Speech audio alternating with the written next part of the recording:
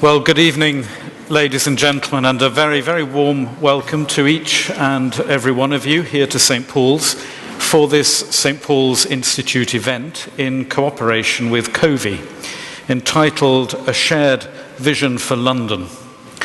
My name is Mark Oakley, and I'm the Chancellor here at the Cathedral, and I'm delighted that those of you here this evening have chosen to help us consider and better understand the important issues that are on Londoners' minds.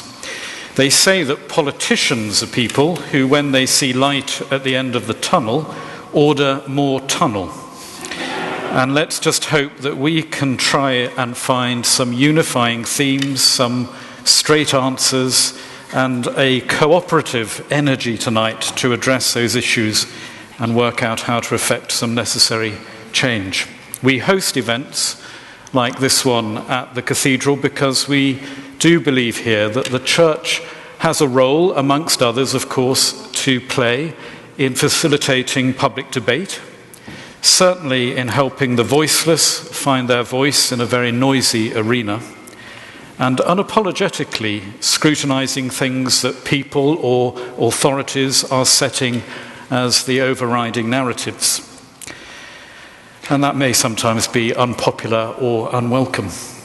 We also believe, of course, that the Church needs some scrutiny of itself from outside as well. So the conversation, two-way, is vital. And St. Paul's Institute is about considering how people live their values in their work and daily life, and about the purpose, the desired end of what we engage in as society and as individuals. And we're delighted that the Institute has partnered with CoVi on this particular event, given CoVi's emphasis on the exploration and sharing of ideas for the common good. And we're delighted to have Caroline McFarland, CoVi's Executive Director, here this evening, who will shortly also welcome you.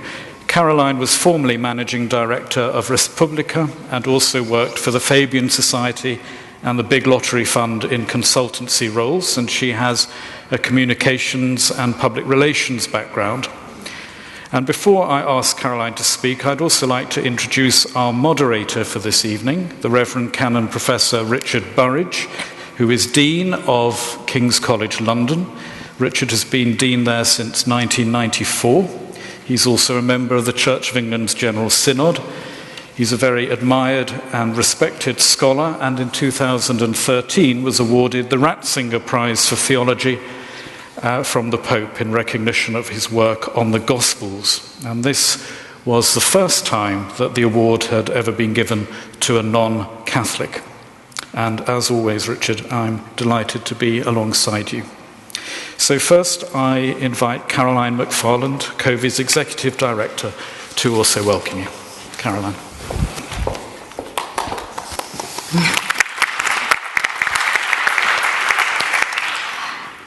Hello, my name is Caroline. To tell you a bit of background about CoVi. CoVi stands for Common Vision. We're a think tank looking at the politics and practice of the common good, and our aim as a think tank is to take some of the debates which often exist in a very siloed way in Westminster or in the City of London or in other devolved authorities to a wider audience and increase interest and civic participation as a result. And in everything we do, we try and work in a way of looking at politics, a way of discussing politics that goes beyond the divisive, partisan nature of the debate as it often stands. And what we try to do is create something that doesn't attribute blame, but looks at a positive and aspirational vision and tries to achieve that vision or look at ways of achieving that vision in practice as well. So that's why we're really delighted to be partnering with St. Paul's today on discussing what it would take to create and implement a shared vision for London, and exploring the ways in which we can have that debate, but also the practical recommendations that we could be making to some of the mayoral candidates and some of the other policymakers in London and beyond.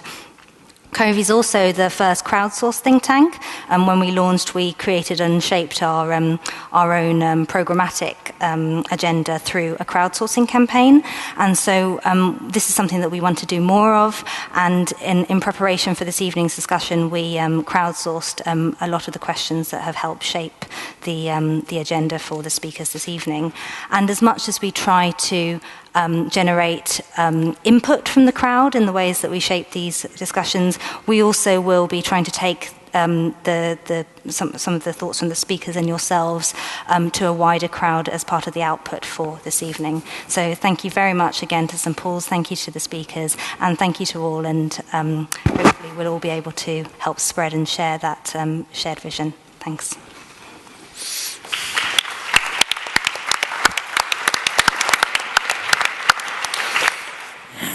Well, thank you very much indeed for that welcome. Thank you, Caroline.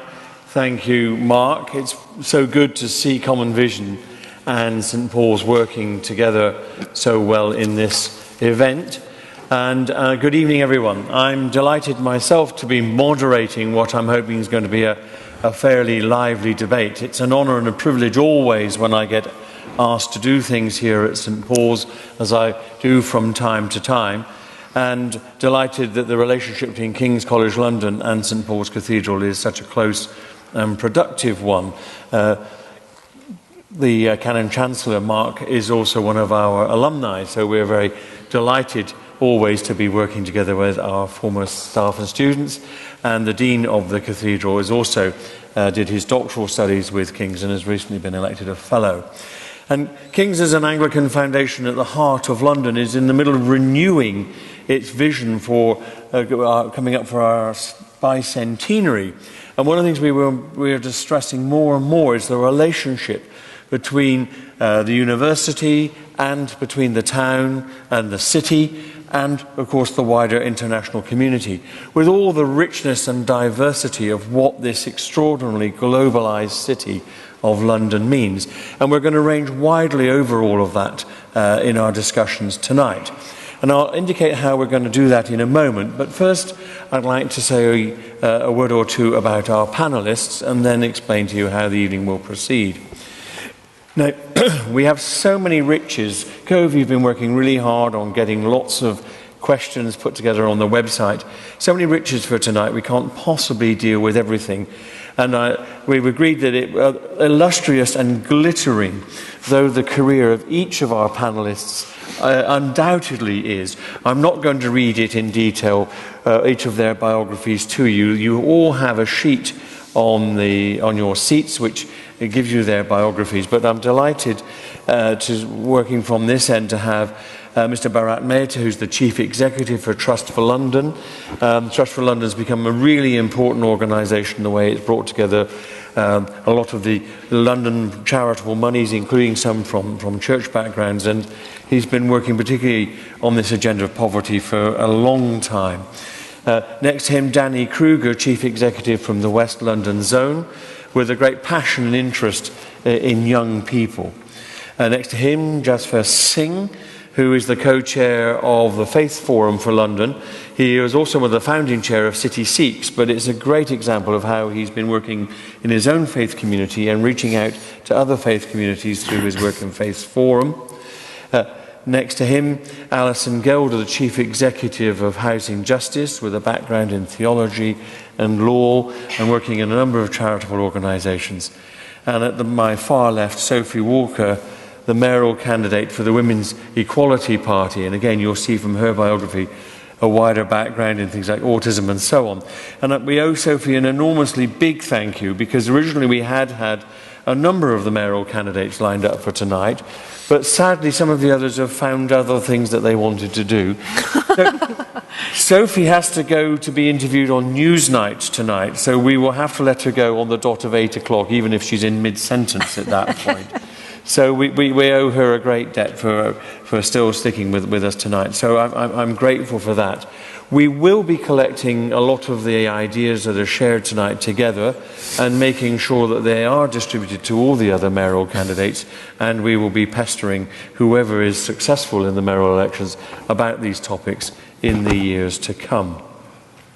So we're trying to get a sense of what most concerns Londoners and how we might approach these enormous issues in a constructive way to help us in how we might live together and work together in community.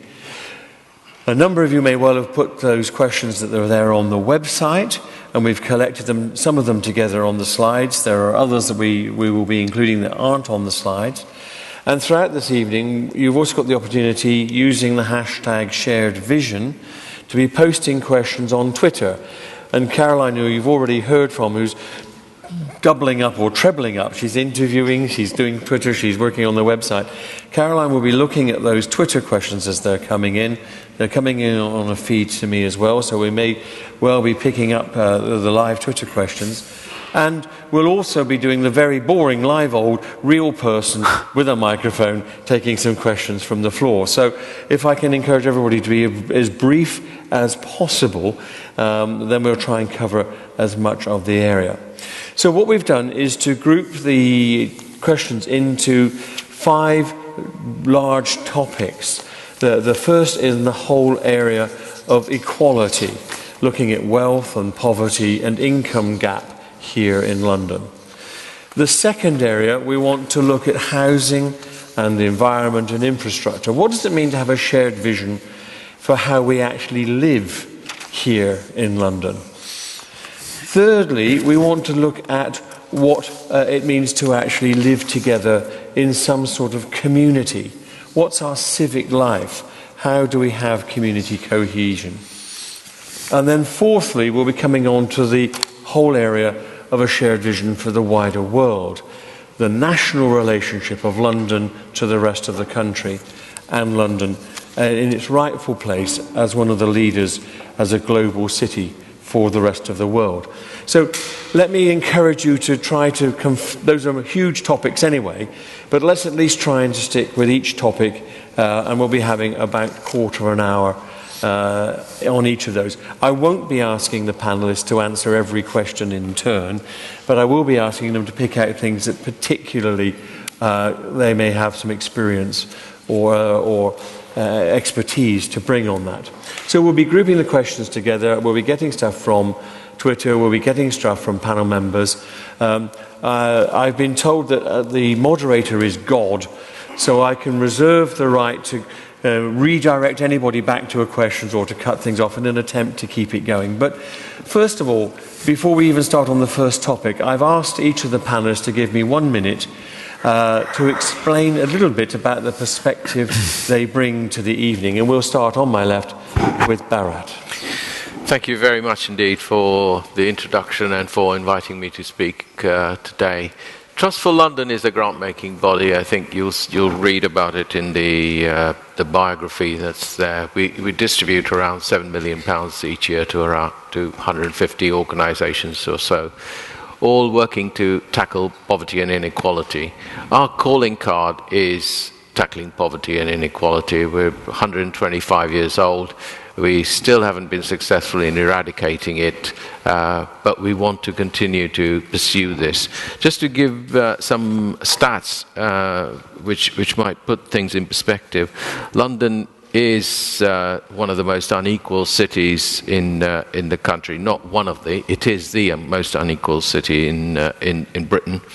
It's highest unequal pay distribution, and it also happens to have the highest differential in terms of wealth. We've got the poorest 10%, whose total wealth is 6,300 on the latest available data, and the top end of the 10% is well over £1.1 million.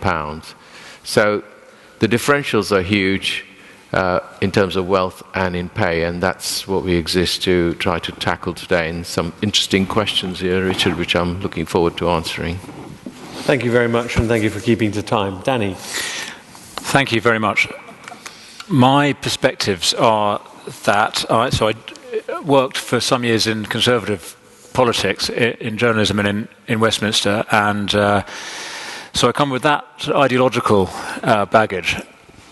But the work I do now, and for the last 8 years or so, has been in the charity sector, and I ran a project working in prisons and with ex-offenders and young people at risk.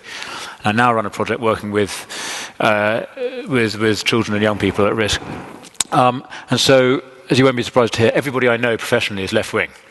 And all the people I come across in my work come from not all, but almost all, come from a left-wing perspective. And I really enjoy the battle of ideas, and I enjoy the whole attempt that we're making and what tonight represents. And I think it's really important and instructive that neither of the two mainstream party representatives are here, and I almost think that's a good thing for the conversation we need to have.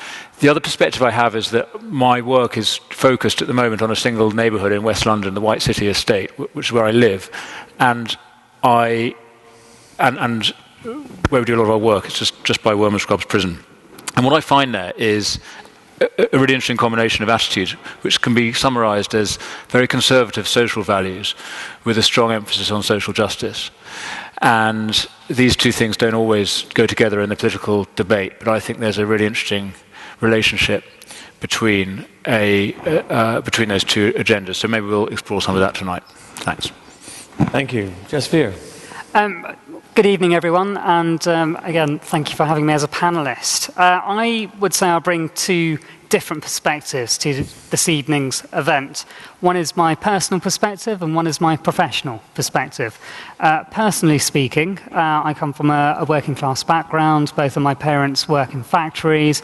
I'm now a family law barrister who practices just 5 minutes walk away from here.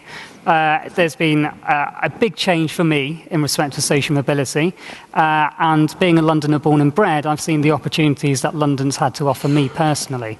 I also see those opportunities closing for many people in and around London. Social mobility is now becoming anathema. It's becoming a relic of the past, sadly, and we need to look at how we can tackle social mobility, social inequality, and make sure that London remains a place for all Londoners, regardless of their backgrounds, and doesn't just become merely a playground for the rich. From a professional perspective, I work within the faith sector. I'm co-chair of the Faith Forum for London, as well as the founding chair of City Sikhs. Community cohesion comes very naturally to many of us who live in London. We live cheek by jowl with people of different nationalities, different backgrounds, different cultural perspectives, and we do it very well in London. We're a beacon of hope to many countries and many cities around the world. We need to remain that way, and there are various ways in which we can do that, but I look forward to exploring all of those this evening. Thank you. Thank you very much. Alison. Hello, everyone. I think if you want to find out about the charity that I run, you're better off Googling it than me trying to tell you. But you will see as we go along, I think, that I see the world through the perspective of housing and homelessness, and that's a big influence on me. I want to say that I'm a Londoner by choice. I'm an economic migrant. I came here in the late 70s as a young graduate because there were no jobs on Merseyside and there were jobs here. And I've been here pretty much ever since. And I feel so lucky and privileged to be able to live where I do and be in this city. What I love about London are the buzz of it, the diversity, the heritage and history, the sense of power there is here. The arts, the architecture, the parks, the river, the people, and the community. What I'd change is the high cost of housing, inequality, dirty air, the new changes to the Elephant Junction, the litter everywhere, and the absence of community. So that thing about presence and absence of community is the other theme that I think you'll see running through what I'm going to say tonight. Great, thank you. And Sophie. Hello, everyone. I'm delighted to be here. There's a bit of a thing with a echoey crypt and a microphone, so if people can't hear, please stick your hands up and shout if it gets a bit blurry. I'm taking my 1 minute from now. So I'm standing for Mayor of London because I think that if we think about how to make London better for women, then we are a long way to making it better for everyone. London's women, compared to anywhere else in the UK, are more likely to be out of work, living in poverty, and in danger on the streets and on the public transport system. Anyone you vote for as mayor this time round is going to take action on housing and on transport and on police. I am the only candidate running who wants to do that in a way that actually brings into bear the experiences and the needs of women in London. Last year, in London alone, women earned £70 billion less than men.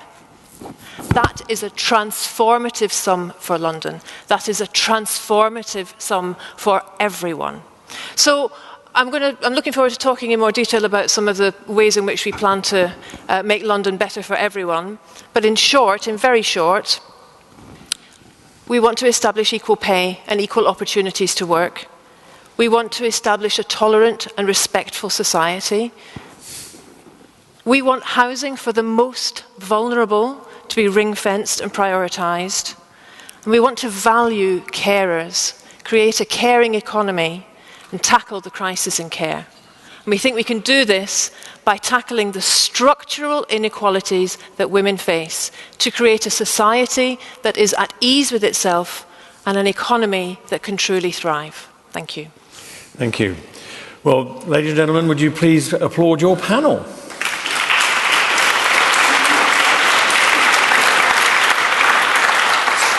So let's get straight into our first topic, if we can put that up on the screen and direct your attention to it. This whole area that we've already picked up in a number of those opening comments on equality, looking particularly at wealth and poverty and the income gap.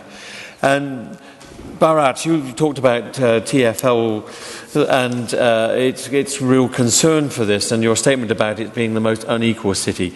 The second question there on the sheet, how can we make London livable for all and not just the wealthy? Perhaps you'd like to go first. Yes. London is the most unequal city in terms of pay and wealth. And to make it livable, I mean, one of the things that we've got a problem with, that housing is really just completely unaffordable. And I know housing is going to be a central issue in the mayoral elections. The delivery of 50,000 homes a year for the next 5 years is an interesting and good ambition. Whether it will ever get delivered at that rate, I'm slightly skeptical about. In any case, what we do need to look at housing models which can come online much faster. And there are some of us that have been experimenting with, for instance, a Y-Cube is a model that's been developed by the YMCA in Merton, which is a quick development. It's prefabricated and assembled on site, and local authority in Merton has been adventurous in enabling it to come into being on a brownfield site. Now, we need to start looking at those kinds of things so that housing becomes affordable and available. Otherwise, you're talking about 2 to 3 years development time. So housing is definitely one of the issues. Transport is another area that we found people in London find difficult, particularly people living in the outer zone. Can I just hold in a minute? We're going to come to housing and transport in the second section. Can we concentrate particularly on this extraordinary statistic you've been talking about, the inequality particularly of wealth and poverty in London? And then I'll come back to you for the housing and the transport in a moment.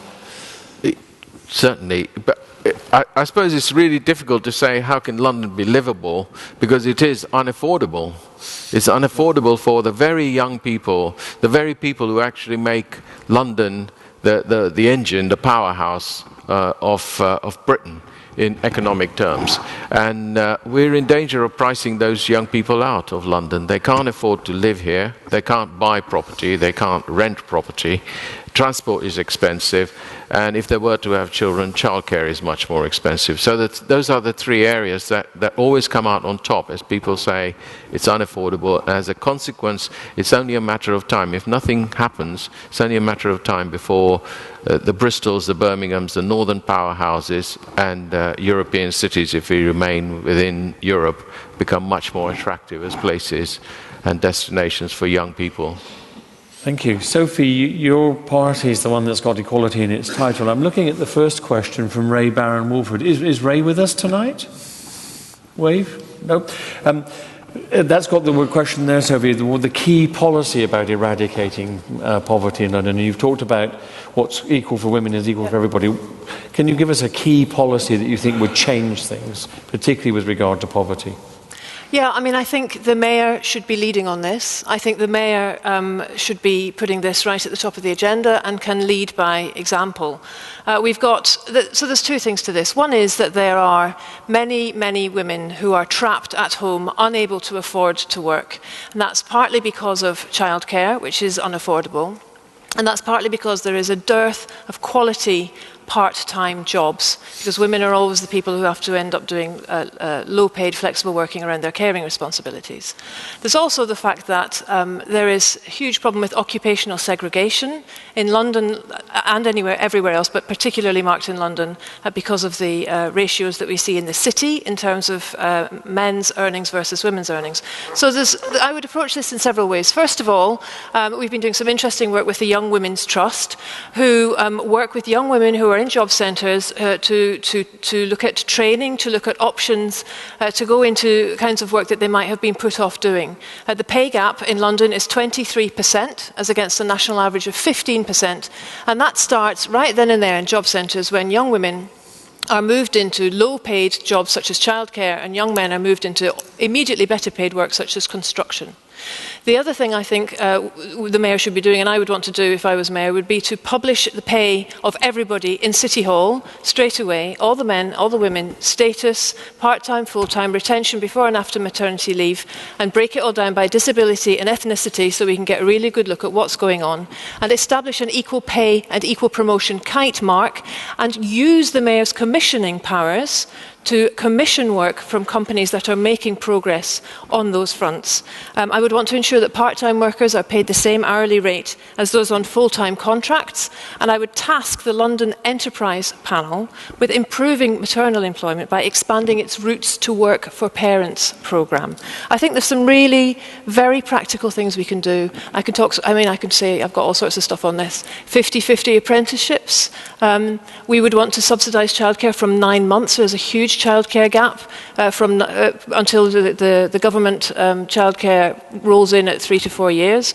I think the next Mayor needs to be talking to the government about an investment fund for London on childcare, because right now the city will not be able to provide the childcare that the government is expecting it to provide when it rolls out the next phase of that programme. We don't have the facilities, we're not paying the market rents, we need to be prioritising this. Great, thank you very much. Looking to Danny, Alison, Jasvir, one of you would like to comment on the couple of questions there about the question of income equality, what was the minimum and the maximum, and what about the basic income? And while you're thinking about that, can I just say, after I've heard from one of them, I will be throwing it open. So if you are interested in asking a question in this area, perhaps you'd like to wave a hand while they're talking. But Alison's got her hand up, so... I think that one of the big issues about income inequality is to do with tax. And it's not just income inequality, it's wealth inequality, because we've not got good ways of taxing wealth that's in property. And we haven't got a fair tax system because of the amount of tax that's taken in indirect taxes like VAT and things like that hit poorer people much harder than they hit richer people. I don't think that's anything that the Mayor would have power over, but it's something that we should be thinking as a city about how we can lobby our national politicians to get a fairer tax regime so that is actually progressive rather than regressive in terms of levelling out incomes and giving people a fairer playing field. Great, thank you. Now we're getting lots of comments appearing on Twitter, but not actual questions. But however, this gentleman in the front row, if you could just give us your name, sir, and then briefly your question. My name's Paul Nicholson, and I run something called Taxpayers Against Poverty. I wanted to just say something quickly about inequality, which is hitting me rather hard at the moment, because I was born in Kensington, where the expectation of life is 88. And by strange various circumstances of history, I find myself working in Tottenham now. And I live between two wards, and they are very poor wards, whereas Kensington's a very wealthy area, where the expectation of life is 71.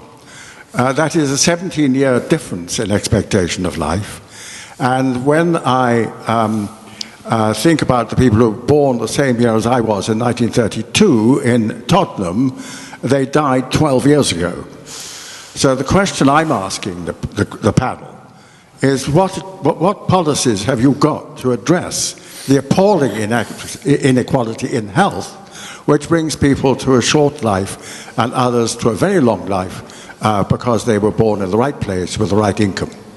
Jasvir. Inequality of health is very much linked to inequality in income, inequality in wealth. There is a policy which has been, it's a campaign that's been running by Citizens UK for some time now, and that's the introduction of a London living wage, and that's £9.40 an hour. I raise that simply because if you don't have enough money, you're not able to look after your health to the extent that perhaps you should be. You'll be focusing on getting cheap food because that's cheap fuel for you to continue working, and your health will suffer. Much of the obesity that we're seeing amongst many people is as a result of wealth, poverty, and also a lack of access to healthy food. Things are changing. Things are going, things are improving. But there is a lot of work that needs to be done to make sure that the wealth, that the distribution of wealth is improved. And one way is to have that particular policy of a living wage introduced. There are also other things that need to be done. For example, when it comes to enterprises or entrepreneurs trying to set up new businesses, the financial support that they get at the moment is limited. Many financial small and medium-sized enterprises are run by individuals who only have perhaps themselves or perhaps 2 or 3 people working with them. If there were to be more resources available to individuals to set up their own businesses and make them work and operate in a far more efficient manner, you'll see that wealth starting to be redistributed amongst individuals who are intelligent in all communities, all of the diverse areas of London, and you'll see that money starting to filter through. At the moment, it is very much a case of places like Kensington being extremely wealthy, places like Tottenham and Hackney and many others being quite poor. That does need to change, but I think the moral aspiration is certainly there for many Londoners. Thank you, Jasvir. Now, Danny's being very patient, and I'm going to let him speak next. And while he's doing so, again, I'm looking for some hands to be waved and sending this wonderful young lady with the microphone in that direction. Danny. I'll be quick. This is a common vision event. We're trying to achieve consensus, so I don't want to disagree with anything we've heard because it's all, I think, correct. I worry that we fall into the trap that politicians fall into, and we're not politicians here, with one exception, which is sort of policy-itis, thinking that the first question on our page can be answered, which is what would be the key policy that would eradicate poverty, and you could apply that to all sorts of social goals, thinking of what the key policy is. I don't think there's a key policy that will eradicate poverty or address any of these topics we're talking about, and the danger is that we imagine that politics is about powerful people sitting in high-up offices pulling a couple of levers and thinking about a couple of relationships between their own institution of state and maybe a couple of big corporations or the generality of people as a mass. Whereas actually what is needed to address questions of poverty and inequality is for 1 million relationships to work well and for 1 million small or 1,000 small innovations to prosper. So I'm interested in solutions that enable that rather than pulling big levers around tax. I mean, there might be some good important things to do around living wage or citizens' income and what we've just been hearing about subsidising childcare or business startups. But actually I think it's about what we can all do together, and the role of the mayor is to create the culture and to lead by example, as we've heard, and to set the tone and to encourage good practice, which we can all follow. So I would like to see an expectation that the answers are in society itself rather than in City Hall or in Westminster. Can I just... is Liz Lawrence with us? Well, Liz has tweeted to say, do you think the national living wage will make a difference to the income gap? Sophie? I'd like to see more women earning, full stop. I mean, we start this conversation about the London living wage, but actually we need to talk about access to work. And when we talk about the London living wage, we need to talk about a London equal wage. I'd also just like to pick up the point that you made about politics being about powerful people sitting in rooms pulling levers. The Women's Equality Party is a non-partisan, collaborative, grassroots political party. You can change inequality by changing politics and by creating the kind of politics you want to see, and that's what we're doing. Okay, a chance for one more question in this area. Gentleman there. Partway down on the left.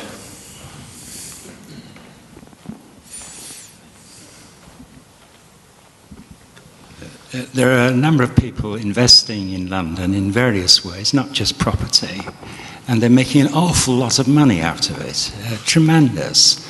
Now, how do we access that wealth? Are they accessible in terms of paying their fair share of tax or contributing perhaps in other ways? But, I mean, it is in a way a very select group, so I think we have to be a little bit targeted there. I mean, I know we all have a role in creating community, but some are really making a packet out of this.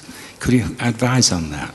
Indeed, and that takes into a lot of things that have been happening recently with regard to multinationals and so on. Bharat? Yeah, I mean, I don't want to venture into that territory of whether it's Panama or elsewhere. I mean, that's not where I want to go. But I think that's what you're alluding to, sir. I just wanted to take up a point that Danny just made about sort of individuals, and I fully agree with that because I think a lot of it lies in our own hands as individuals and as communities. But I do believe that corporates have a responsibility, and hitherto, corporate social responsibility has meant sending a group of a department, from a department to paint a village hall. And I think we need to move on from that. I think the Unilevers of this world, body shop enterprise has shown us some other ways in which there are corporate responsibility that can be exercised. And I think that's what we want to move towards, because you're right, absolutely right, sir, that a lot of people are making a lot of money, whether that's in the form of dividends that they're being paid, or in terms of the share prices going up, or in terms of foreign investment, where new developments are marketed overseas before they're ever marketed here, and they're sold off or on spec almost, because it's a good, safe place to develop, to invest your money, even if it's going to be left unoccupied, as a lot of the new developments are. So I think we do definitely need to look into how the mayor can have a role in enabling those individuals to start making a contribution, if it's either statutory, whether it's devolved taxation powers, or encouraging greater philanthropy, because people recognize that an awful lot of money is being made, whether it's in the form, as I said, in shares and stock prices, or indeed in property. It really does need to be addressed. I think we need to move on, and corporates and have a huge and significant responsibility in all this. So I think what we've discovered in this first topic of the area is that in one sense there is an essential paradox in London. It's such an extraordinarily attractive place that brings people from all over the world. Huge amounts of investment that are going on, and yet extraordinary levels of inequality and poverty which have been picked up in a number of the areas. And how you try and square that was clearly going to be, I think, one of the major challenges facing the new mayor. I think we're going to need to move on to our second slide on our shared vision for living. And we already picked up earlier issues to do with housing and the environment, transport and infrastructure. So we're now into some specifics, particularly of the areas where some of the topics we were just talking about begin to hit home. So, Alison, I'm wondering whether we could go to you first for that very first question, as somebody who works in housing.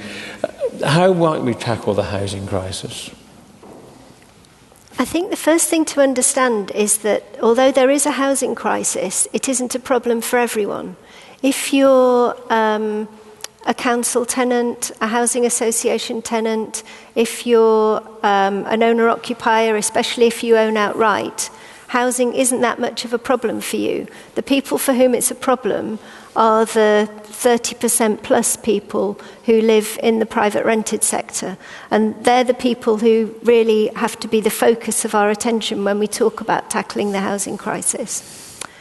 And I think we have to do it in a both-and way, as my colleagues have been saying. It's no good just saying, oh, well, the government has to sort this out, or the big builders have to sort this out. We do need some large solutions, otherwise we won't be able to build enough houses quickly enough. But at the same time, it behoves all of us to do whatever we can to make a difference. And that sort of making a difference can range from, if you're living in a house, and most owner-occupiers under-occupy their homes, so if you're living in a home and you've got a spare room, can you let it out to a lodger? If you're a buy-to-let landlord, can you let your property at below market rent? Could you let it at the London living rent, which is going to be tied to people's incomes rather than to the market rate? If you're that sort of person, you can make a contribution to helping to solve London's housing crisis. At the same time, if you look back at history, you can see that we've never had adequate, good quality housing without government money being put into it. And at the moment, the government has withdrawn most of its funding, choosing to spend it on subsidising rents to private landlords instead. So we need to find a way of persuading the government that, as well as having housing to buy, there needs to be other sorts of housing that's actually accessible to people who are on below medium incomes. And there are a number of different ways of doing that, but that's probably enough to be going on with. And the other area, of course, is the one of transport. And Sophie, I'm wondering, from your party's perspective, do you have any specific policies about the transport system that's mentioned there, on the question about the pressure from the rising population, that you would like to offer as a way of solving that aspect of what it means to live together in London? I am, but I'm going to be cheeky and do a bit on housing as well, because I think the housing crisis in London there is no silver bullet for it. And unfortunately, we are in the situation where the mayoral race has become a contest between people, each of whom are saying, I've got the only good idea, I've got the only good idea, I've got the only good idea.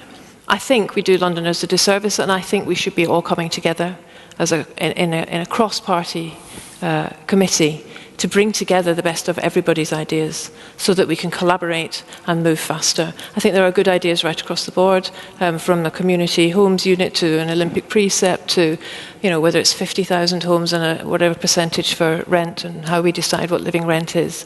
I think we will work much better for all of you if we work better together. And I think that affordable housing needs to have a gendered budget applied to it.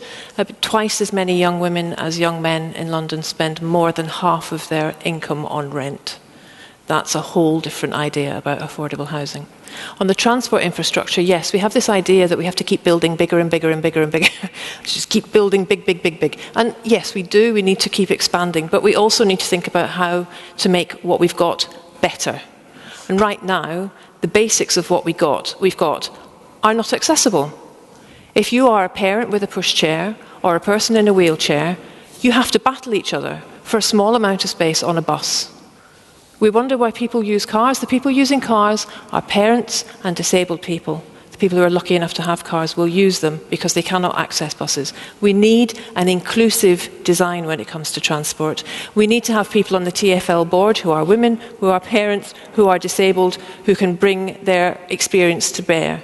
2/3 of the tube network is inaccessible to wheelchairs. We should be changing that. We should be investing in that. And we should also think about what access means when you're too frightened to use the network. We are about to move to a night tube at the same time as sexual violence on public transport has gone up by 1/3. If you're a woman in London, you're paying a transport tax for all the extra taxis that you take, and this is something that somebody came up and told me about at the end of a hustings. All the extra taxis that you take, if you can afford them, to keep safe. Most women can't afford taxis. They do not feel safe. They are not safe. I think when we talk about access to infrastructure, we need to think about that too. I'm looking for my nice friendly mic carrier. Thank you. There's a gentleman here. Yeah, I just wanted to ask a question which touches on both transport development and housing. Since we do have new transport infrastructure planned, notably Crossrail, and the impact of that can be that in areas where new stations are developed, house prices actually go up. There's a process of gentrification. I think Whitechapel will be one example of that. And so people on poorer or lower salaries are pushed further and further out, and segregation can happen. So I just wondered if... Thank you. We had a couple of questions along that line also put on the website about the impact of Crossrail on house prices. Would somebody, Bharat, would you like to? Or I think one of the sort of problems that I've seen is you're absolutely right.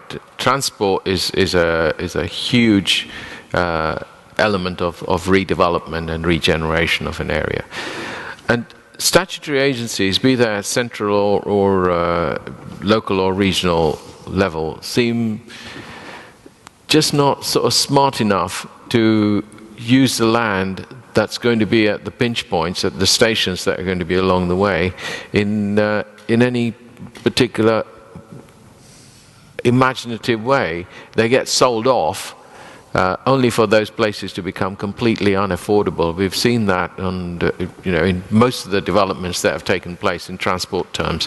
So I'm hoping that any future plans that they've got, whether that's another Crossrail or any other, HS2 for instance, it's important that land is used by local authorities for affordable housing, to make it possible for people of all income levels to be able to stay there. I just think we've missed a chance in the development that's already taken place. Thank you, Bharat. Is Joe Butler with us? No? I want to just come, if I may, briefly to Joe's Butler's question, the second on the sheet there, about how can we improve the dangerous levels of air quality in London, because that very much picks up where we were with transport. And I'm going to take Chairman's privilege and answer that one myself, because King's College London has been charged with monitoring the air quality across London. We did all the research that led to the congestion charge. And what was remarkable was the way in which, when the congestion charge came in, air quality improved by about 30%. We are now back to the levels we were at the introduction of the congestion charge, and it is getting worse. And my office, which is on the Aldwych at the Strand, is the second worst street in London for air pollution, according to our researchers. And they have a 3D map, and we have the second highest. If you want to know where to avoid, the very worst bit is the bit of Regent Street just south of Oxford Circus. And a lot of this, of course, is diesels, which we now know are much, much worse. And all the taxis and the buses and everything else, with all the engines running stuck in traffic. So if we could improve the transport situation, we'd also improve the air quality. But there is no doubt that thousands of lives are being affected and lost through the air quality question. So that's a really important topic. I can see a hand right at the back. If you could go down. Oh, it's Barbara. I have a lot of numbers. Thank you, Nicola. It's going back to the transport question. I know people in London are loath to take anything in terms of advice from people from Paris, but when I worked there, I used to write a monthly check as a percentage of my payroll to subsidize public transit. What would people think of a payroll tax that was paid by the employer that then allowed them to get people in from farther away who could then afford to travel, and subsidizing public transit, which the employers are the major beneficiary of? Payroll tax. Anybody on the panel want to comment on that idea? I definitely need to think that one through, Barbara. It's an interesting suggestion. We recently published a report with London Councils and London Travel Watch on transport, and particularly of low-paid people living in the outer zone, Zone 6, and with jobs in Zone 1, and they spend the first hour and a half at work paying for their transport, okay? And it comes to just over 10% of their salary goes on transport. So transport is expensive, and some of the suggestions made were, and there have been discussions amongst the candidates about a fares freeze, for instance, is Sadiq Khan's position. But others have said, I think it was Caroline Pigeon said we would reduce the number of zones or travel early in the morning. There are alternatives that can be used to make it possible to transport people in and out of London at affordable rates. At the moment, it is seriously expensive, particularly if you're in outer zone and you happen to have a zone 1 job on low pay. Jasvir. I think there's a bit of danger when we start talking about things such as philanthropy or a payroll tax. The reason why I think it's dangerous is because we're then almost relying completely upon the goodwill of those who are the ultra-wealthy in society to be able to say, oh yes, we're making more than enough money, we'll pay this amount of money as our payroll tax, or we'll donate this chunk of money to open up this particular institution or this organisation for the benefit of London. Once we go down that route, we're going down a very, in my view, almost a Victorian route. We're no longer looking at what's working for all Londoners, regardless of wealth and regardless of their income or their background. We're starting to go down the route of relying upon the goodwill of the ultra-wealthy in order to pay for the benefits of society as a whole. And that, I feel personally, that's wrong. I think what we should be doing is rather looking at options such as, for example, Transport for London. From what I understand, there's a lot of land that's owned by Transport for London, and that's been discussed many a time. There's no reason why that land can't be built upon or why there can't be properties let out by Transport for London, and the profits from that can then be used towards reducing the costs of transport from zones 1 through to zone 6 or further afield. We also have the benefit of Crossrail 2, which is being discussed and which is currently in planning. I'll give you a very brief example of how locals in various areas are dealing with the idea of Crossrail 2 coming to their local patch. Balham, for example, doesn't like the idea of Crossrail 2 coming there, simply because it means that their Waitrose may have to be demolished. It's a big thing for people in Balham. Yeah.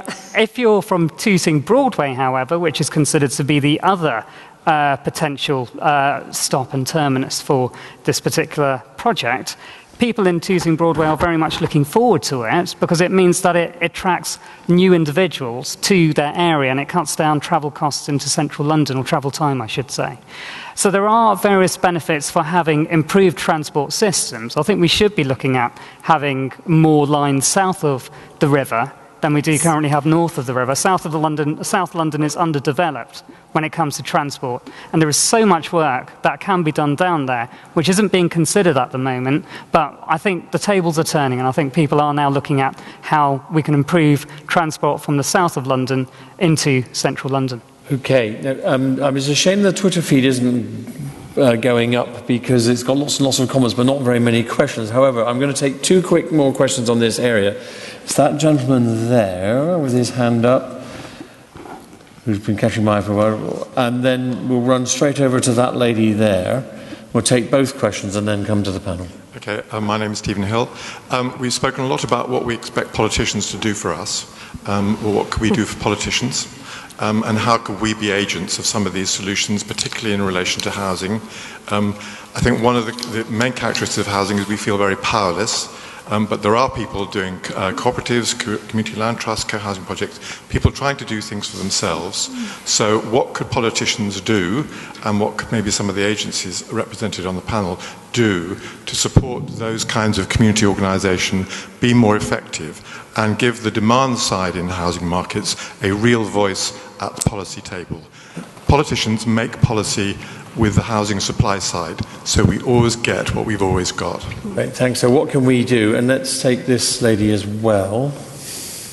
We'll take those two, and then a brief comment from one or two before we move on to our third area. Thank you. Violence against women and safety has just come up in respect to transport.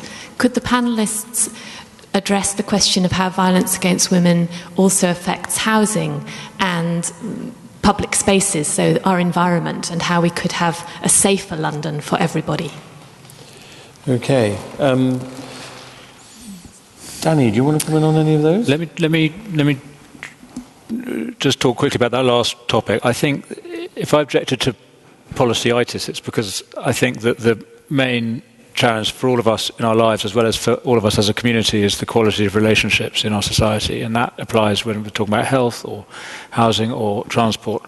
And the quality of couple relationships is at the core of everything, and I think there is a huge agenda, a kind of submerged issue around the safety of women in particular that isn't getting the attention it deserves because we're so frightened of venturing into this field in our public debates. And I don't have the answer because there isn't a single answer that could be articulated like this.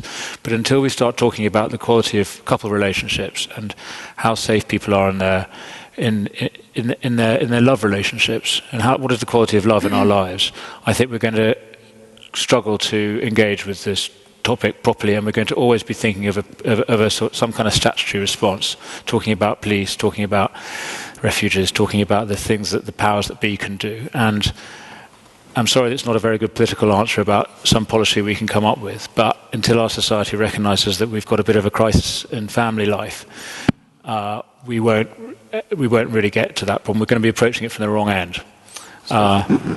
Sophie. So on the housing and supply side, I think, we need to bring people and communities back into it. I completely agree. And that's one of the things that we want to see as part of getting everybody around the table to talk about ideas. We've been speaking to some excellent architects, some of whom are here tonight. I think it's really important to get the architects and the users into the planning process again, look at how we build communities, look at how we build family homes. In terms of keeping women safe in housing and in public spaces, there's some very specific things you can do, and this is why the Women's Equality Party came into being, because there is this approach that is, it's really hard. Anything involving establishing equality for women, it's just really hard. We'll come back to it when we've fixed everything else. But actually, in terms of women and housing in London, there's some very straightforward stuff we can do. There were 146,000 incidences of domestic violence reported in London last year. It's an absolutely appalling number. I am ashamed to live in a city where that happens, and I want to change that about this city. In the meantime, while we are addressing that issue in terms of, yes, we need better police, yes, we need to look at how we build a more tolerant society and how we support our young people to build respectful, tolerant relationships where they understand about consent.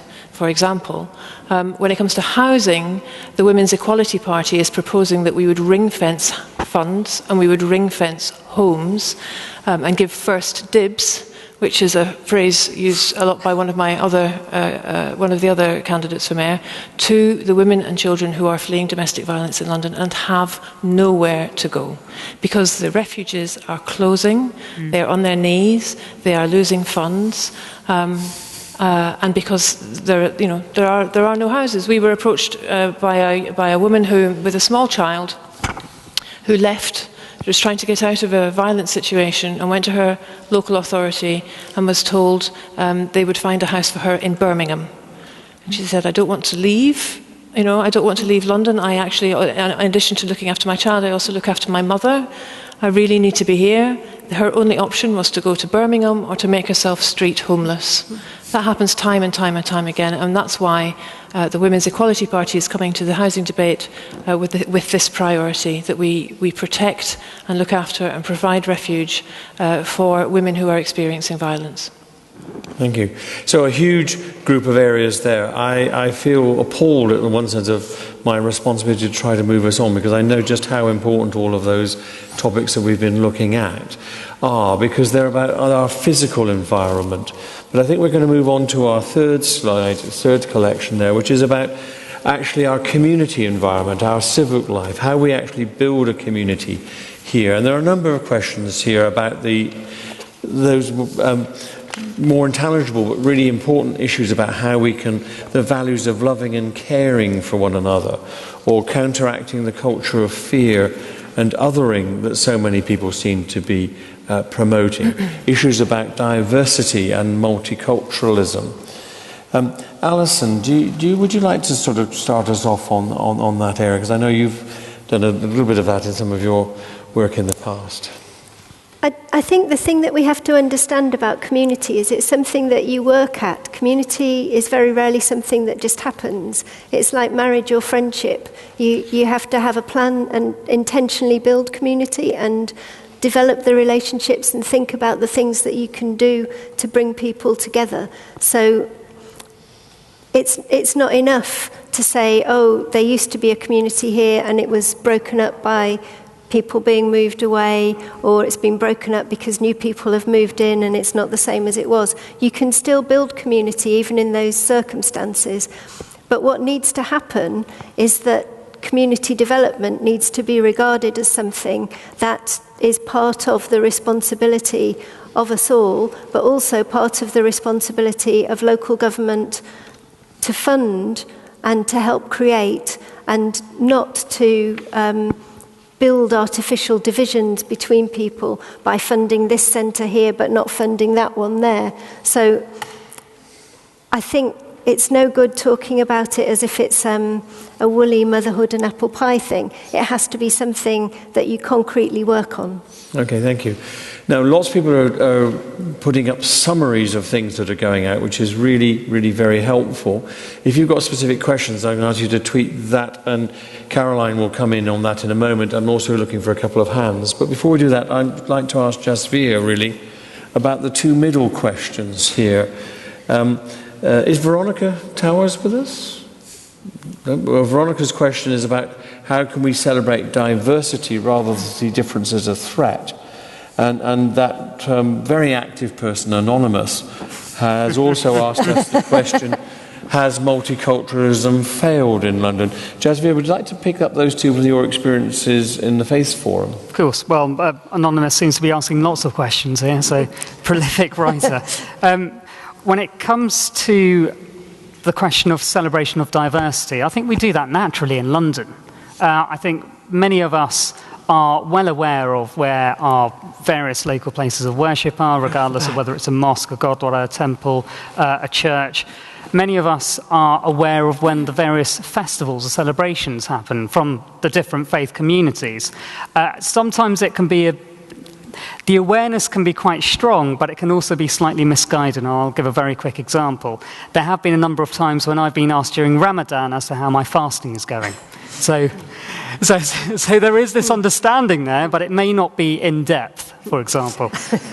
But the fact that I'm being asked is in itself a celebration of diversity, I would say. Is this understanding that there is not an otherness per se, but it's a part of someone's identity which is being identified and which is being spoken of in a very open manner. Now, we have to remember, as a country, we were almost exclusively Church of England for, 400-500 years.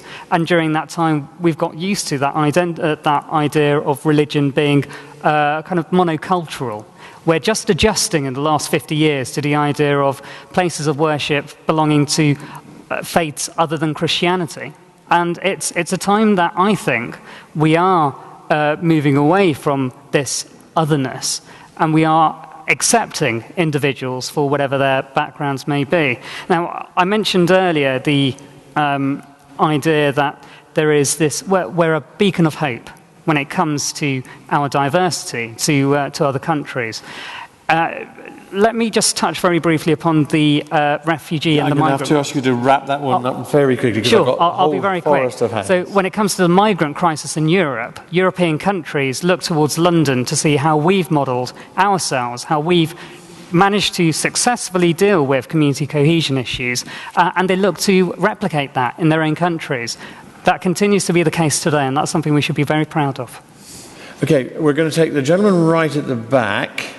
Behind you, right at the back, and then we shall come to this person there with a hand up with glasses. But in between, covering the Mike's traffic time, we'll come to Caroline in between. So you, sir, first. Hi, I'm Sean Williams. I'm the London campaigner for Friends of the Earth. We're a grassroots organisation. We do as much work as we can in communities.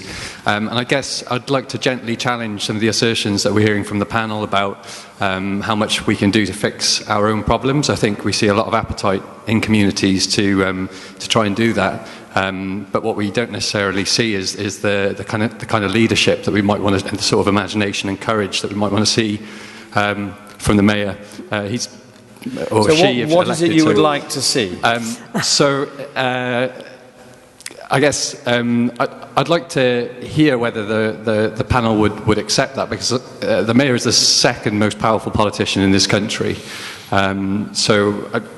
I think we'd like to hear, for instance, we've got 10 green tests for the next mayor. So many of them are structural issues that we need to see some courageous leadership on. So I agree we need community, but I'd say we also need some political courage. Great, thanks. If you could bring the mic forward, and in the meantime we'll go to Caroline. Two questions from Twitter. The first is from Safina Ahmed on the role of charities, social enterprises and other civil society organisations in ensuring that London thrives in the future. And the second is how do we facilitate dialogue between London's diverse communities who live so close together but never speak? Okay, and the person there with glasses, and then we'll start with Sophie and see if we've got a couple of other comments from the panel. Thank you. My name is Abiodun Olatukun, and I'm from the youth democracy charity Bite the Ballot, and my question relates a bit to that concept. There aren't that many young people in the audience, not to cast any aspersions, but for us it's a really important thing that people start that journey into becoming community stakeholders at the earliest stage that they possibly can. Mm-hmm. We've recently developed a voter advice app called Verto.London that everyone can try, which helps young people start that journey. But what are the views of the panel as to how we can get young people engaged in civic life and starting to build that community cohesion that's so important? Okay, thank you. I mentioned young, I'm going to come to you in a minute, Danny, but let's start with Sophie.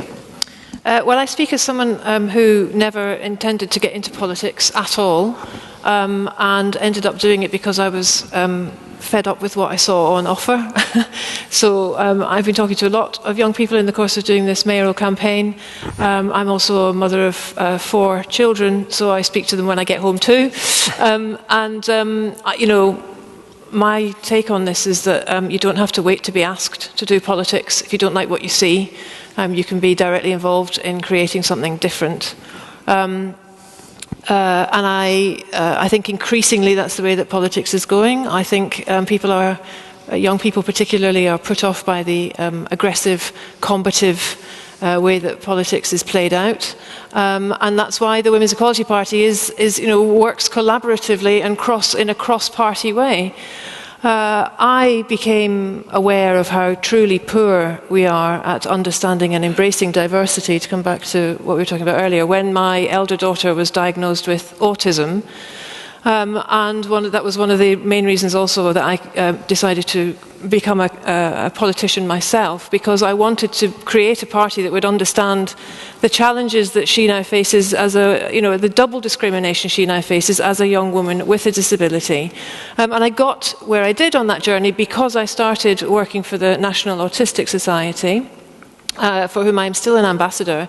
And so to come back to the question, to artfully weave all this stuff together, the question about how can charities and civil society organisations help London thrive and help us not to see difference as a threat, I would say it was absolutely working with the National Autistic Society, with Ambitious About Autism, which is another fantastic organisation, that helped me to find a voice and to set up my own support group for parents of girls with autism. I think they do absolutely invaluable work, and I think it's absolutely a way to empower people, young people, to make them feel that they can actually make a change. Okay, Danny. I'll address that question about charities as well as the one about help young people. There are two paradigms in our culture which have been dominant for half a century. One is of the centralised welfare state, which will do everything for us, and the other is of a market-driven model which treats us all as isolated individuals. Neither of those is adequate to the challenges of the day, and both have been proved to fail, in my view. The answer is a more complicated one, and charities and social enterprises and community groups are central to it. We need a model of social support and an economy which depends much more on small-scale, local, peer-to-peer self-help and community support than either relying on the free market or the welfare state. And if I sound vague and woolly, it's because this is a paradigm that's only emerging. And it's an old paradigm, actually. It's an ancient one, but it's particularly suited to the modern age, and technology is enabling it. I would look more to Uber than to Clement Attlee for the inspiration for the model of welfare provision that we need in the future. On the question about engaging young people, the project that I run and the work that I've been doing for these last years is explicitly focused on engaging young people where they are, and particularly treating them as assets for our society rather than as liabilities that need to be managed. And so much of the public discourse around young people focuses on either their failings, all the things they do wrong to annoy us, or on their, if we're a bit more sympathetic, on their needs, all the things that we've done wrong to them and how they need to be compensated for all the injustices that they've suffered. I don't think either of those narratives is right, and it doesn't respect the agency that young people have. So I think the way to engage everybody in our society is by treating them as contributors with something to give and strengths to share with us, and focus much more on their capabilities and strengths.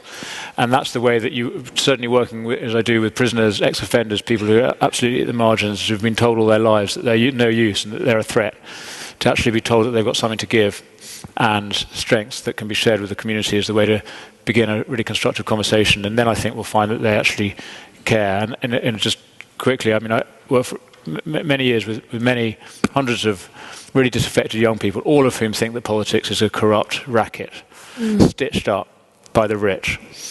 And we're not going to change that just by telling them that's not the case. We're going to change their minds by changing the reality and changing the truth, and by giving them opportunities to engage positively in their local community, and then they'll start to recognise that the wider community might have some justice in it as well. Bharat, Trust for London does an important, hugely important role in bringing together so many smaller groups and charities and all of that kind of side. How does this... Yeah, there's certainly... I wanted to answer both questions. One was regarding the mayor's role and leadership, showing leadership, and I think that's critically important. Livingston showed, after the 7/7 bombings, the importance of leadership, particularly in relation to the topic we're discussing, which is about community, civic life and community cohesion. I mean, was that leadership not shown by the mayor at that time? I dread to think what might have happened. Equally, on other things, I mean, Boris has been a big champion of the bikes, and it's a good move. Boris has been a good champion of the living wage, despite the fact that both those issues were actually developed by Livingston. Boris, to his credit, has been a huge champion of bikes and the living wage. So, and we've got other examples, whether you're talking about Paris or whether you're talking about New York, and Mayor de Blasio has made inequality something that he wants to tackle in his mayoralty. So it is possible, and it's important actually that mayors show that kind of leadership. I think they set the sort of tone of what is expected, whether it's from individuals or whether it's from corporates or from community organizations. On the second question of vital ballot that was asked, I think Danny's absolutely right. I think it's about young people being involved at local level, seeing that their role and their involvement and engagement is important. What was really instructive was the Scottish referendum. The number of people that turned out, the turnout was 85%, and a lot of young people, people under the age 16 and over, under 18 to 16-year-olds got the vote. And they turned up en masse to vote. Sadly, the European referendum on the 23rd of June takes place on the day Glastonbury starts. So young people are going to be thrown into a dilemma. That's 250,000 young people who will be thrown into a dilemma of whether they go or whether they vote on something that's going to affect their life for generations to come. Okay, well, clearly we need to put polling stations into Glastonbury and make sure everybody doesn't get bogged down in the mud. I think we need to move on to our fourth and final area of topics, which is the whole international and national area, because we've stressed the way in which London is one of, if not the premier global international cities. We've talked about the way in which, on the other hand, London is a place of extraordinary inequality, and the huge gaps between the rich and the poor in London, between the haves and the have-nots, between those who are investing and those who are living on our streets. And so this raises all questions about to what extent does actually all that's happening in London impact firstly upon the rest of Britain, and secondly also, of course, on how we bring all of that aspect of the international dimension to play here. And so we've got a number of questions here about that. Perhaps I'm conscious also that Sophie's going to have to run to Newsnight very soon, so I'm going to go to her first. Sophie, two questions here. Is what's good for London good for the rest of our country on the one hand? And how would you, if you became mayor, use London's preeminent position as a great global metropolis to benefit both Londoners and the rest of Britain?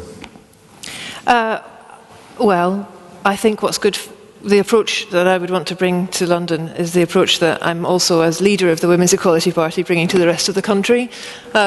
So, yes, I mean, I think our party was created because Britain's poorest people are women. 2/3 of Britain's poorest people are women. And the campaign that we are running in London right now is a campaign we are also running in the Scottish elections and in the Welsh elections, and one that we will be strategising towards the 2020 elections and working with all of our UK branches, so that when we start to discuss what makes a city work in terms of a political debate, we put right at the top of that agenda what the needs and the experiences of women are. You know, I keep being told this isn't what I'm supposed to say. I keep being told that this is really niche. But actually, I think what's good for London and what's good for the rest of the country is to listen to and see the 50% of the population who are not currently represented. Thank you. Any hands being waved from the floor or anything coming up on this area on Twitter? There's a lady right at the back. I can't see the mic person again, I'm afraid. Sorry, right at the back there.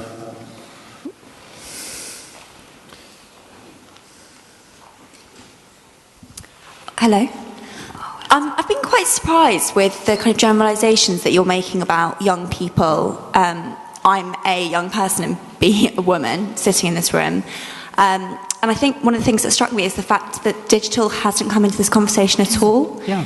And that's quite representative to me of the fact that perhaps part of the problem is, in terms of young people engaging in this whole debate, is that you're not using and kind of talking to the mediums that we're using. And I'm just kind of keen to hear what you all think about the tech explosion that's happened over the last kind of 10 years and how that can help London specifically. Okay, thank you. Another point? Now, you two both had questions already. Anybody else on there? Talking of tech, anything coming in on the Twitter feed? Caroline, that you want to raise? Yeah, we've had a couple on the tech sector and using the digital economy to promote jobs and employment as well as political engagement.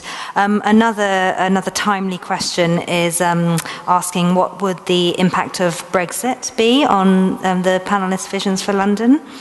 I'll leave that. Okay. Jasvir. I want to touch on the question about youth and youth engagement. I'm 35. I'm no longer youth, sadly, but I still, I understand, and I've got younger sisters who are very engaged with when it comes to using things like Snapchat or whatever new social media mechanisms there may be. I've also grown up with, I'm that generation that grew up with using computers, using laptops, having the internet at the fingertips, and it's second nature. The surprising thing is that it's not just young people who have access to that. I sometimes get ashamed by my grandparents who try to Skype call me, and they are far better at using Skype than I am, I have to admit. I think what it comes down to is a number of things, and it touches on two issues. It touches on the thing that was being said by the chap from Bite the Ballot, which is about political engagement as well as youth engagement. First of all, we need to ensure that there's proper digital training. We need to make sure that everyone knows what the various mediums are which can be used and how they can be used. As I've said, my grandparents know how to use Skype. They've gone on training courses run by a local library as to how to use the internet and how to have access to the web. But I think we need to go one stage further. We need to be thinking about creating almost like hubs, community hubs in local areas where you're not just being taught the basics, you're being taught how to program, you're being taught how to create your own apps, you're being taught how to access Wi-Fi when you're out and about, and how you can use digital technology for your benefit, not just in your personal life and your social life, but also when it comes to working. I think we in London have got a massive resource when it comes to young people who are being brought up in this generation, where you have individuals, toddlers, who know how to use an iPad from the age of 2. They're far more adept at using those items than many of us are. And those are skills that we need to be tapping into. So I think we need to ensure that we have that environment and create that environment, drop-in centres almost, which allow individuals to access the various services and ensure that they're getting adept and trained in how to use digital resources. I'm looking for some hands to be waved and to come to in a moment, but I'm going to give Sophie a last word because I see her colleague about to take her away. So as briefly as you can, your final comment, Sophie. So on the digital and the skills gap, this is a particular problem in London, absolutely, and it's something in which we are very keen because, the name is what it says on the tin, to get more girls and young women involved in tech, particularly in London, because we are not tapping the most diverse, the biggest and broadest diversity of talent, and we've got some very specific ideas. We would want to appoint a female tech icon in London and tech ambassadors in every London borough, and push for increased diversity in tech recruitment practices.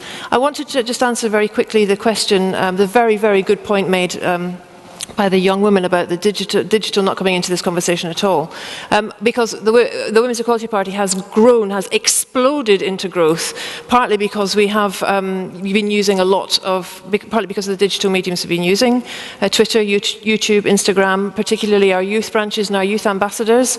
And it's been interesting also for me to see in terms of this mayoral campaign, the level of political engagement that's happening. I've been answering questions at Twitter, at Reddit, various online Q&As.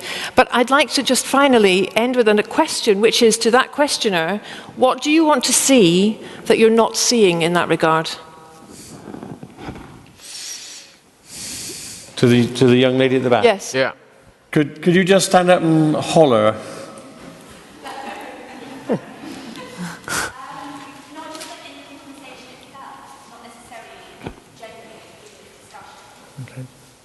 Okay. Well, ladies and gentlemen, can we please thank Sophie Walker very much, and you can watch it later tonight on Newsnight.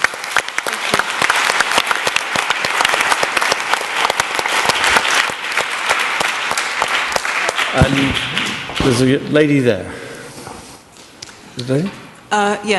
This is not necessarily a question about that slide, but I think we're free for all, if that's okay. No, I want to stick with this slide for a moment, and we'll pick up the free-for-all question in a minute, but if I can. Yes, please.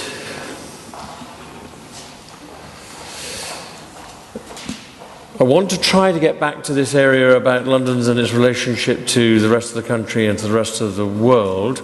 Okay, that person doesn't want to talk about that either. So, why is it nobody wants to talk about the rest of Britain or the rest of the world? Can I yes, say Alison, about please. This question is what what's good for London, good for the rest of the country, I think is a really, really difficult one, because housing justice covers the whole of England and Wales, and so I get to see the housing situation and other situations in other parts of the country, and I know that there's this view that London is like this big thing sucking in all the money and all the intelligent, clever people and kind of milking the rest of the country dry, and it's a problem because I love living here.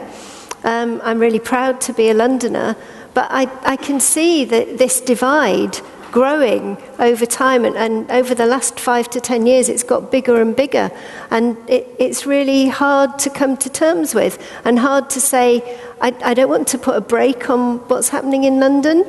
I want everywhere else to grow as well, and to be as prosperous and diverse as we are. But how do we make that balance? I think that part of the answer is about pushing power or pulling power down as close as possible. So, and what's encouraging about what's happening at the moment is that for some reason it's other cities in the north that are getting the attention around the devolution agenda, and it's really great what's happening in Manchester in terms of them having more responsibility over taxation and over the employment strategy and also over public services. And I think that's a model that I'd like to see come to London. I'm really hoping that in this Parliament, under this next mayor who's about to be elected, we see a large-scale transfer of power to London so that the mayor is properly in charge of the justice system, which is crazy that should be managed nationally and it should be a local responsibility. Same applies in lots of ways to education, healthcare and even welfare as well. So I think that we can achieve greater parity in the country if cities become more self-governing, and that's cities are the engine of growth globally. It's cities, metropolitan regions, which is where the energy is, and it would be great to see a properly localised system in the UK. I'd like to see more power passed down to the city level, and while we're at it, more power passed to the national level, which is why we need to vote to leave the EU. Okay, let's take those. Now, having ruled out those two previous questions, let's go to those two people. So that was that lady over there and one here. Yeah. The person who wanted to go on to a new topic. We'll take both these questions together. Okay. I'm a lawyer, and I think everyone who has ever played the board game, Balderdash, will know that in America there are a lot of local councils who make local laws. So I'm interested in what the panel might suggest as how London might make a law that would help all of the issues, maybe just one of them, that have been shown on the slides this evening. Okay, what law would you make? And it was the person here with glasses, lady there.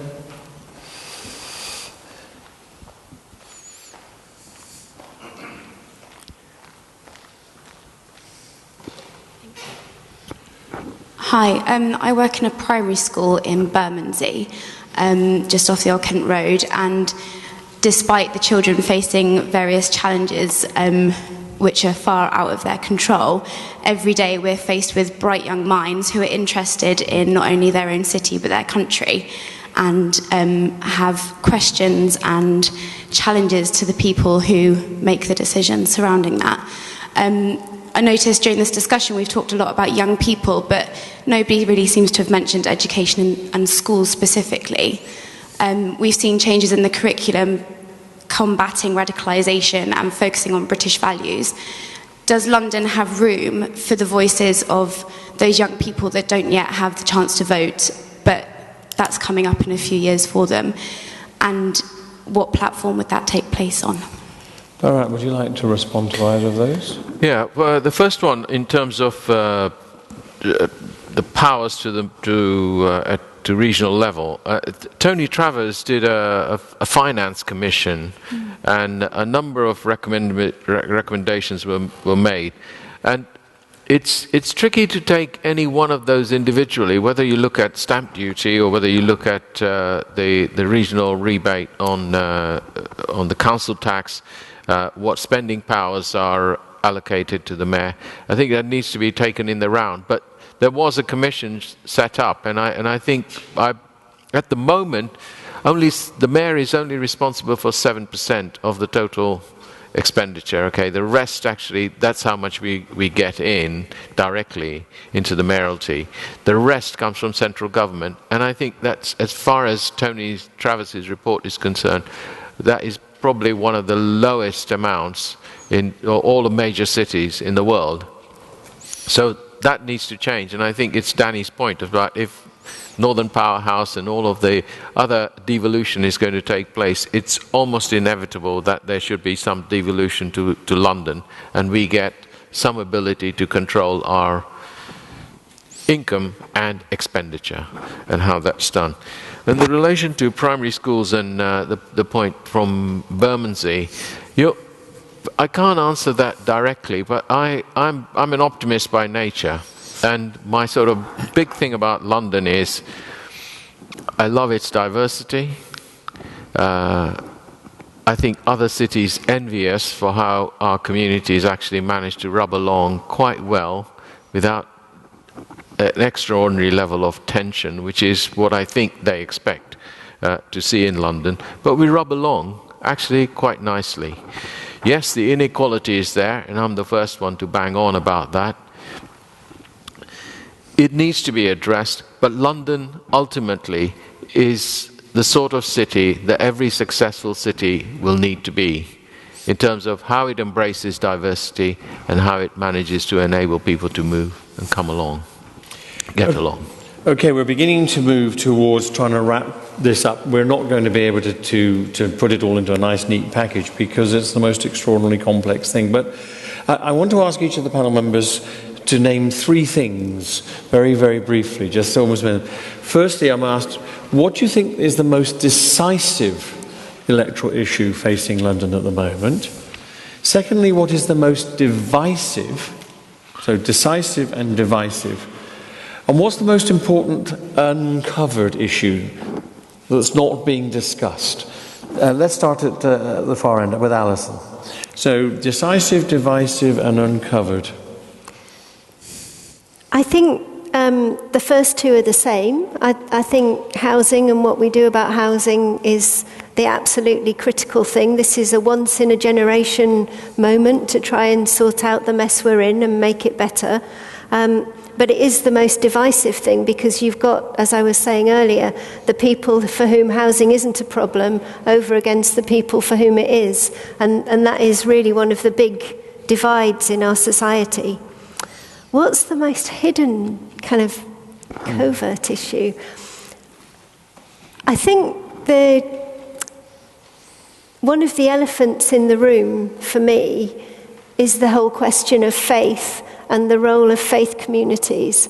And I work for a Christian organisation, but a Christian organisation that works with people of other faiths to help tackle homelessness. And I don't think the faith communities are given enough credit for our contribution to the community of London, to the diversity of London, and to the success of London as a city. And that's something that I'd like to see uncovered more. Great, thank you. Well, it's nice to have faith mentioned, and even given that we're in a cathedral. Jasvir, decisive, divisive, uncovered. I have to agree with Alison here. It's the same issue. It is housing. Housing is proving to be the most important issue for a generation, I would say. I've had family members, my cousins, my sisters, who are currently struggling to get a foot on the property ladder. They can't find any properties that they can afford. Shared ownership is, for some of them, beyond them because of the finances involved. They're living with my uncle and aunt. They're living at home, and they're finding it very difficult to then deal with the intergenerational issues which can arise and the conflict that can sometimes arise from being in that close quarters. So that's a massive issue which remains divisive. I think an important issue which hasn't been covered, and I think we're starting to cover it now, and it kind of touches on what was said by the person from Bermondsey about how to engage young people. Youth engagement is a massive issue. And I think we do need to ensure that younger people's voices are being heard much more. One thing I would love to see, and certainly within the Faith Forum for London, we're looking to set something similar up, is a youth city hall, for example.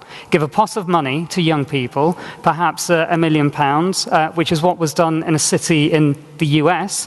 Let them set the budget, let them say how that money should be spent, and then see how it flourishes. If it works, then we can have that in various councils all around the London boroughs. We can have it on local level as well as having it on the London regional level. And I think that's something we should look into seriously. Right. Okay, thank you.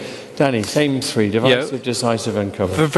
I'll answer them quickly, but first quickly just to address this point about this idea that London is so wonderful and is an example to the world. It's a negative positive that. It's a good thing that we're not at war with each other. It is an amazing thing, actually, that we're not at war with each other.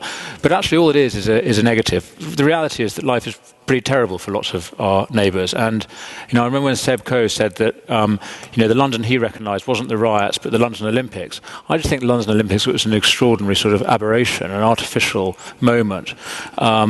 Hugely expensive moment that didn't actually engage London, and it wasn't the London that I recognised. I recognised the London of the riots more, to be honest. And I think that for too many people, it's that London that is their reality, and it's obviously marvellous that we don't have riots very often.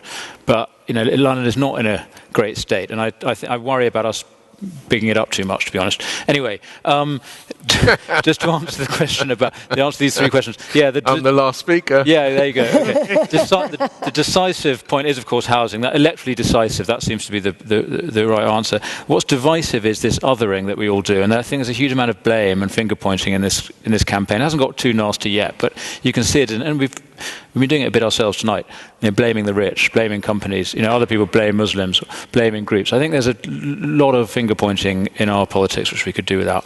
And lastly, what's the most important is the unaddressed topic for me is family life, and that's where everything happens, and that's what we all really care about, is our own private relationships. And I do think that's something for politicians to be engaged with. And what I am really interested in is not grand policy levers, but it's the values that hold us together as a society. And this is why the point about faith is so important. We are ultimately a spiritual community, whether we acknowledge a deity or not. And it's from our spirituality that we get our values. So what are our shared values as a society? It's that which will be the foundation for this glorious, liberal, technologically driven explosion of innovation that we need to see to right our wrongs in this community. But we do need a bedrock of shared values. And I think we're only going to get them from our spiritual traditions. And Bharat.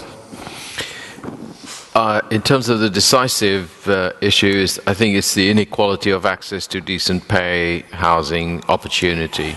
I think in terms of divisive, it's sectarianism and being selective about the stats that we use, the surveys that are conducted. And to it, I would say, I was slightly surprised about Trevor Phillips's documentary and the coverage of the survey by Channel 4 around the Muslim community and what they support and what they don't support, etc. And it sort of seemed to make a comparison with the general population, when in fact, if you look at a selective religion, then it should be a like-for-like comparison on a religious basis. You can't compare it on a general population basis because so many people are actually non-believers. So I just think you can tell a story by using stats, and I think that would be sad, and that kind of sectarianism sort of saddens me, and that's the most divisive thing. In terms of uncovered, it's actually, I mean, we've heard so much about housing. Housing is the central theme that runs through everyone, but I haven't actually heard practical ways in which the housing is going to be delivered. I really haven't. I mean, people haven't talked about where they're going to get the bricks. Is the land available? Apparently it is, but we just don't seem to have the system in place to deliver the level of housing that we're talking about. 50,000 homes a year for the next 10 years. I just don't know how it's going to happen. So it's nice to see those kinds of figures being bandied around, and I'm all for them. but the delivery of it leaves me cold. Great, thank you. Well, now this hasn't been a hustings, but I am going to give you a chance to vote. And there are only 4 things on the ballot paper. And you have 1 vote. So I would like, in a moment I'm going to ask you for a show of hands, and I don't know whether Barbara or Mark or the mic carrier can try and count hands as briefly as we can. What would you say is the most important issue facing us out of the inequality gap in wealth that we were talking about at the start? 1. Secondly, housing. Thirdly, transport and infrastructure. And fourthly, this whole area of multicultural diversity. Okay? The wealth inequality, housing, transport infrastructure, or multicultural diversity. Who would like to say that the wealth inequality is the most pressing issue? Okay, I think that comes under the category of lots.